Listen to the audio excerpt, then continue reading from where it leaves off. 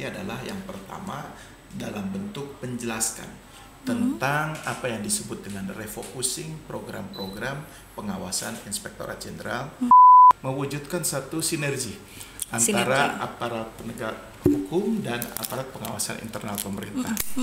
Ke border, itu motivasi teman-teman karantina kita itu luar biasa. Meningkat, Pak.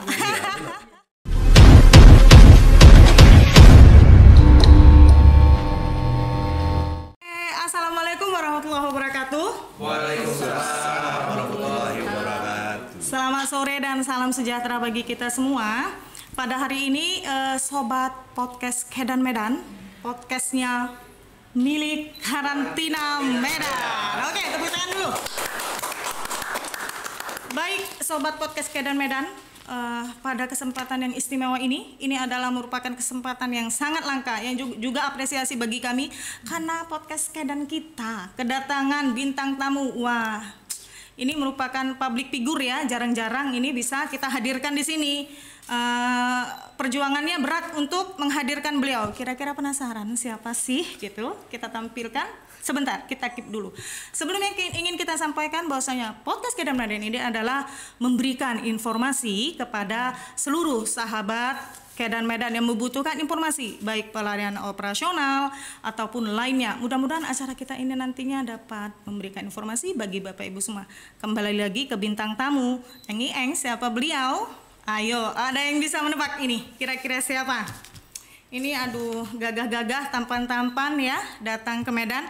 Beliau adalah Inspektur Jenderal Kementerian Pertanian. Wow. Bapak, ayo, ada yang kenal nggak nih? Kira-kira Bapak Dr. Jan S. Maringka, SHMA. Tepuk tangan sekali lagi, mana ini? Nah, tidak sendiri, beliau didampingi di sebelah saya ini. Nanti kita beri tugas ya, sebagai untuk bertanya juga ya. Di sebelah saya ada IR4. Siapa beliau? Kita namanya panjang banget, tapi Pak Made. Selamat datang Pak di Podcast Kedan Medan. Pak Maringka, selamat datang di Podcast Kedan Medan. Baik, kali ini saya nggak sendiri, didampingi langsung oleh Kepala Balai Karantina Pertanian Kelas Medan yang cantik, Ibu Leni Hartati Harahap. Oke, kita mulai bincang-bincang. Selamat sore Ibu, dah silakan minum kopinya ya Pak. Sambil ngopi ini asik kita. Ngopi sore bersama Bu Leha. Bersama Ibu Leha. Aduh, silakan Ibu mau bertanya dulu. Sebenarnya Pak, banyak kami tanyakan kepada Bapak, tetapi kami merasakan Pak, peran daripada Inspektur Jenderal ini dalam hal pembinaan kepada kami, juga memonitoring kami bagaimana untuk menganalisa risiko suatu pekerjaan, juga apa yang harus dilakukan untuk meminimalisir risiko yang terkecil. Jadi yang kami tanyakan Pak, harapan dan apa namanya Pak, seperti apa sih Pak harapan kepada kami Pak, sehingga kami juga ingin kedepannya lebih baik lagi. Mungkin demikian Pak. Iya. Kalau secara umum program-program Inspektorat Jenderal itu hampir tidak berubah. Nanti secara rinci Pak Made akan menambahkan apa yang biasa dilakukan oleh Inspektorat Jenderal dalam pelaksanaan tugasnya. Namun kehadiran kami di sore hari ini adalah yang pertama dalam bentuk penjelaskan tentang apa yang disebut dengan refocusing program-program pengawasan Inspektorat Jenderal Kementerian Pertanian. Tadi atau di setiap kesempatan selalu kita bercerita tentang jaga pangan, jaga masa depan. Jaga pangan, jaga masa depan ini di launching pada tanggal 20 April 2022 oleh Pak Menteri Pertanian bersama-sama dengan segenap jajaran. Ini diharapkan kita tidak lagi sekedar berada di dalam ruangan mengaudit angka-angka ataupun kertas-kertas, tetapi juga fact finding, langsung melihat ke lapangan dalam rangka percepatan pelaksanaan program-program pertanian agar berjalan tepat waktu, tepat mutu, dan tepat sasaran. Lalu apa yang menjadi fokusnya?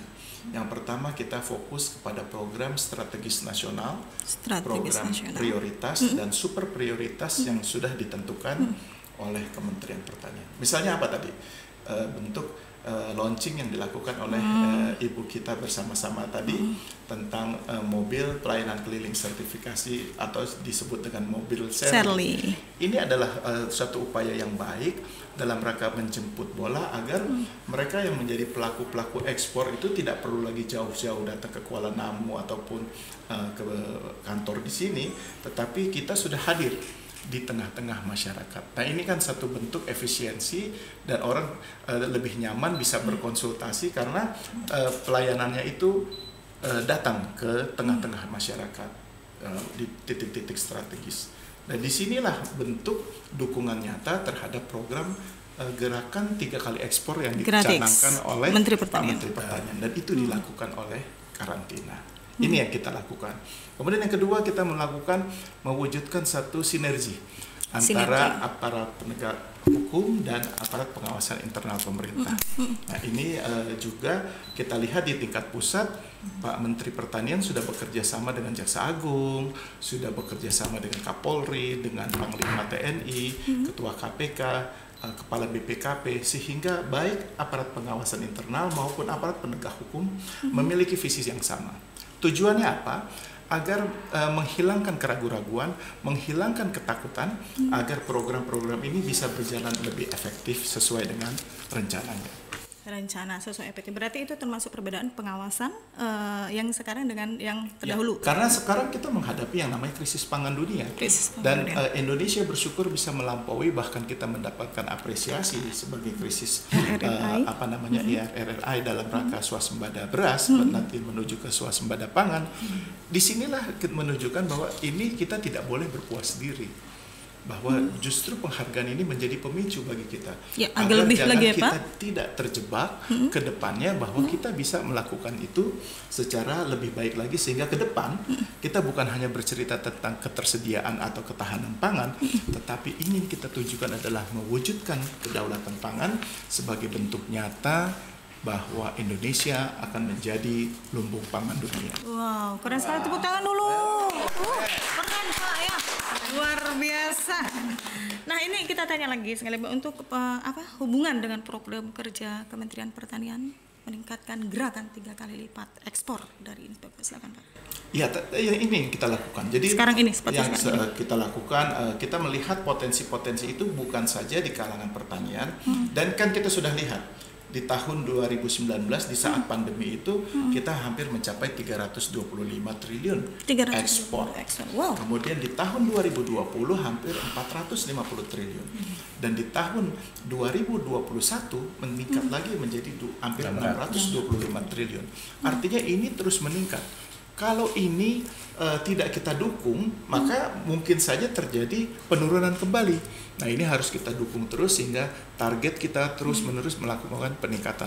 Walaupun di saat ini ketika semua negara mulai membatasi diri, kita harus melihat mana yang menjadi skala prioritas kita. Artinya kalau ini sudah oversupply pun di dalam, tidak ada masalah, tentunya kita lakukan untuk kepentingan ekspor. Baik, kita lihat ini ya, Pak Inspektur ini, wah kalau kerja itu dia kemana ini? Bukan ke perkotaan Ibu, iya, tapi mereka perbatasan, pelosok-pelosok. Kalau kita lihat ada yang ke Entiko, ada Aceh Tamiya. Iya, kemana lagi beliau gitu? Aduh, kita lihat dari sekarang media sosial ya. Iya. Kenapa Pak? Pertanyaannya. Kalau buat kita ini adalah komitmen. Ingin kita tunjukkan bahwa jaga pangan ini sebenarnya harus tersebar dari Sabang sampai Merauke, dari Miangas sampai Pulau Rote, dan kita melakukan itu. Artinya ketika tagline ini bukan sekedar tagline, kita wujudkan, dan kebetulan bersama-sama dengan seluruh stakeholder kita. Jadi di situ ada karantina, ada BPPT, ada semua merangkul judulnya. Ayo kita gabung, kita gaungkan sehingga komitmen jaga pangan ini bergaung di seluruh Indonesia.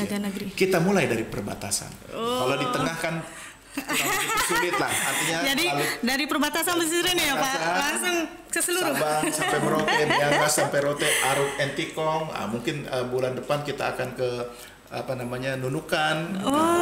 Itu border kita. Kalau bordernya sudah ada jaga pangan, maka di tengahnya pasti akan ikut mengamankan.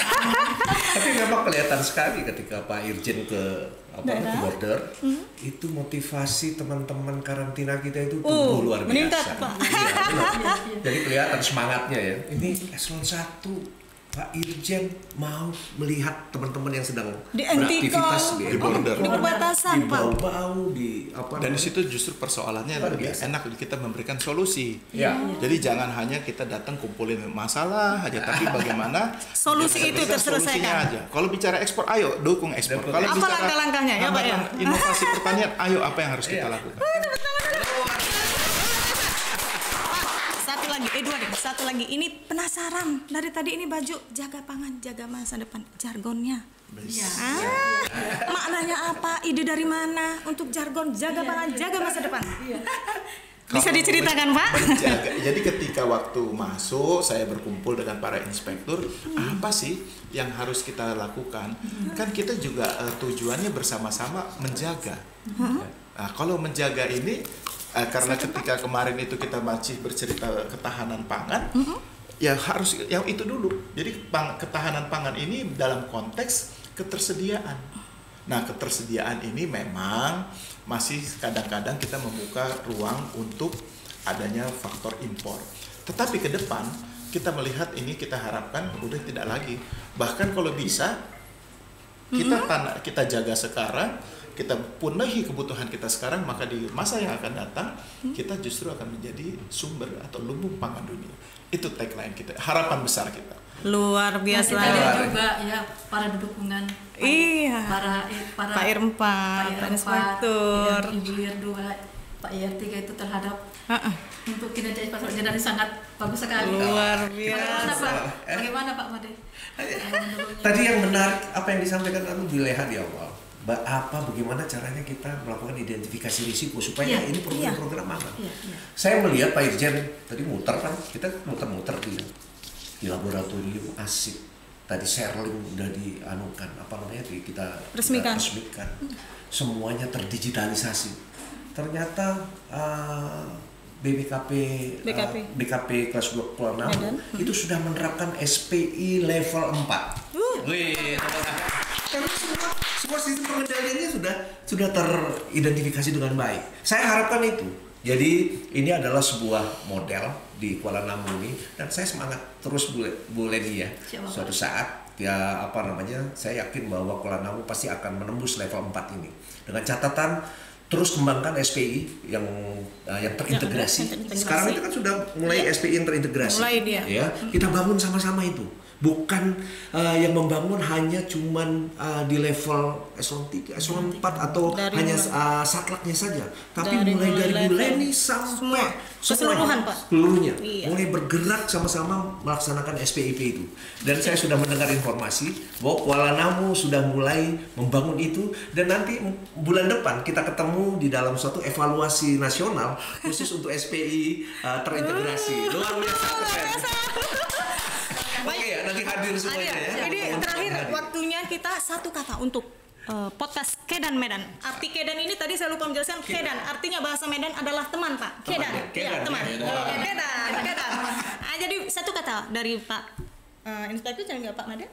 Kalau buat saya, Iya. Kedan keren. Pak Made, silakan untuk Kedan. Kedan kreatif.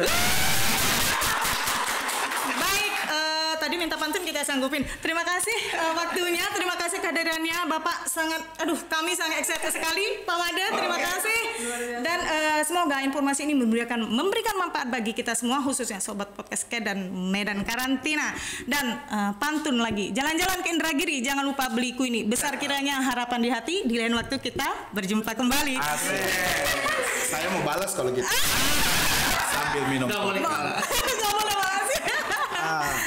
Ke Kuala Namu minum kopi, Cakep. kopi disaji dalam nampan. Cakep. Semoga tercapai ekspor 3 kali lipat berkat kolaborasi Irjen dan Karantina.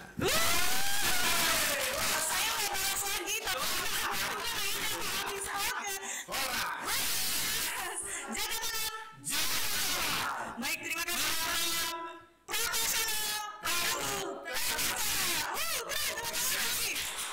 Terima kasih. Ini merupakan waktu yang sangat berharga. Mohon maaf sobat podcast Kedan apabila tidak ada salah kata. Saya Fitri. Saya Leni. Kami undur diri sejenak dan wassalamualaikum warahmatullahi wabarakatuh. Waalaikumsalam.